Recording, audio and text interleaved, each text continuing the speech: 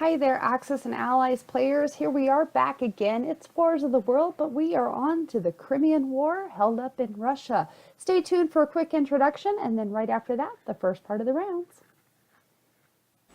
Hi guys, welcome back to the nest. Viper here. I am back for the weekend.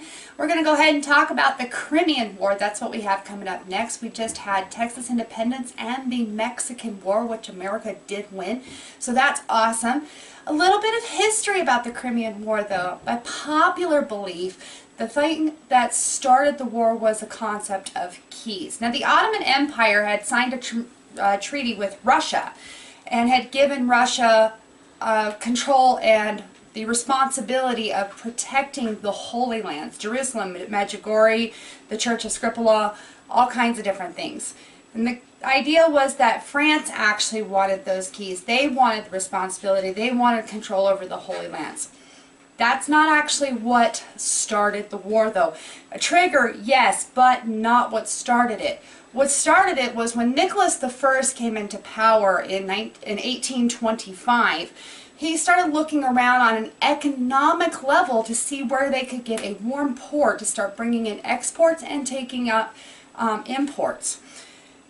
On that, the Ottoman Empire was becoming the sick man of Europe. Depending on what history book you look at, will tell you what that means. What it means is that the Ottoman Empire was actually ailing. They were falling down, they were losing cities, they were going bankrupt, things of that nature. So it was really getting to be a poor area. And Nicholas I was looking at this as an idea to take control of some areas in the Black Sea. Recently, Russia had taken control of the Caucasus, Taurida, and Crimea, right there on that border of Persia and the Ottoman Empire. So they had openness in the Black Sea. However, in 1841, the London Straits Convention disallowed any warships from passing through the straits in the Ottoman Empire, especially from Russia. The London Straits Convention was implied by Britain to help protect the East India Trading Company and their economic value that they were worth. Russia, up against Britain, they were thinking that Nicholas I was thinking that in Britain he had a diplomatic alliance with Queen Victoria there. Not so much. Just because they were a Protestant country didn't necessarily mean that they were going to back Russia on any of their types of movements. France, being a Catholicism country, was backing the religious side of that. So that part is true. So the triggers on those things with the religion, holy lands, and other things of that nature are true, but only in small increments. So what happened was Russia actually invaded the Ottoman Empire, thinking that because it was the sick man of Europe, that the cat's playing with stuff, because they were the sick man of Europe, that they would just easily be able to go in, take Constantinople, and then have themselves a warm port to go into the Mediterranean for those exports and imports, completely evading the London Straits Convention. England saw this as a threat because of the East India Trading Company and because of them just recently acquiring all of India, that the Russians could easily go through, knock out the Ottoman Empire, walk through Persia, and start taking over India. Russia already had a good control of almost the entire Asian continent, short of China and a few other areas, and India, of course. So that did pose as a threat. So you have a large, massive country with millions of people that they can just throw, you know, as we have seen in other wars, World War I, World War II. Russia likes to throw bodies at things. So yeah, Britain did see this as a threat, and Britain and France came into the war in 1854 to protect their economic and religious values, depending on the respective ally, to help protect the Ottoman Empire. Prussia remained neutral throughout the entire war. Austria backed the Ottoman Empire but tried to stay out of it. Russia actually started invading through Romania instead of coming down through the Caucasus countries. So we can take a look here, and we'll take a quick look, and then we will actually get into the gameplay. and then I will see you guys at the end of the entire gameplay. I will be out of town for the rest of the week, so let's take a look over here. So you can see over here everything that the Ottoman Empire actually has, all the way up through Romania. Russia coming all the way down here in our nice straight line. And of course England and France, and then England has all of its Indian territories over here. With Russia, it was easier for them to actually come down through Romania instead of coming over here through the Caucasus into the Ottoman Empire, because the majority of their factories and people were on the western side. That alone allowed them to actually battle and capture several cities in Romania, allowing Turkey, or the Ottoman Empire, to really reinforce that area. There was a battle there, and Russia just kept right on pushing through. But we'll see the playthroughs as we go through, and Nato will actually start talking about more of the history as we go along.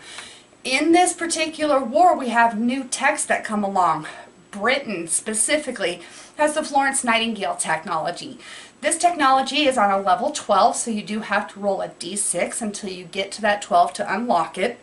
Florence Nightingale allows them to build hospitals. So Florence Nightingale, the nurse, the very popular nurse, we have a lot of history on her as well. So that allowed Britain to build the hospitals that could only treat infantry in the event that the infantry are wounded, as we have seen in our Axis and Allies playthroughs. Russia has a technology of explosive shells that the Ottomans do not, so that is something that is historically correct. And the shells were the things that allowed the Russians to really pummel through the Ottoman Empire, allowing them to capture different cities and off of ships, and to knock down a lot of the naval ships of the Ottoman Empire as well. With that, we are going to go ahead and get started on the Crimean War. We'll see you back here in the end of the rounds. I'm not taking a vacation as much as I am having to work, but we will keep it in touch. Don't forget to check out historicalboardgaming.com for all of your Axis and Allies pieces, as well as Shapeways. We'll be back here, right here from the nest. Thanks, guys.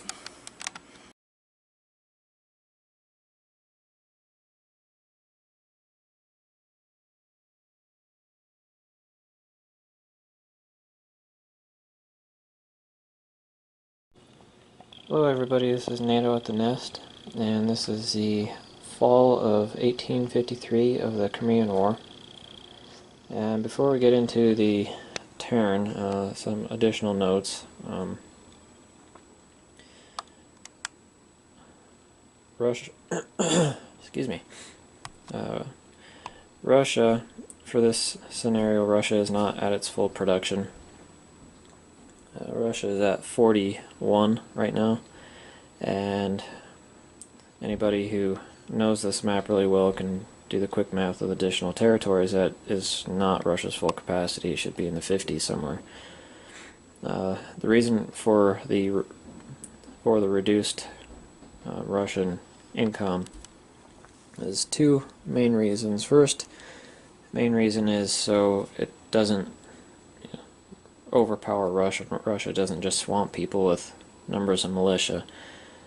And the second reason is, I heard Viper refer to the Ottomans as the sick man of Europe. Well, Russia wasn't too far behind. Their technology hadn't, in terms of weapons technology, they hadn't really kept up with, like, say, England and France. It was still better than Ottomans, but compared to English and French weaponry, it was, a couple of years behind. Its institutions were corrupt and very inefficient. Their logistics was very amateurish compared to the British and French. Their supply chains were very hit and miss. A lot of times during the war, the Russian troops were always struggling for everything, whether it be bullets, clothing, food, because the Russian supply chains had to come from very long distances and were very disorganized, not like the machine-like clockwork of the British or French supply chains.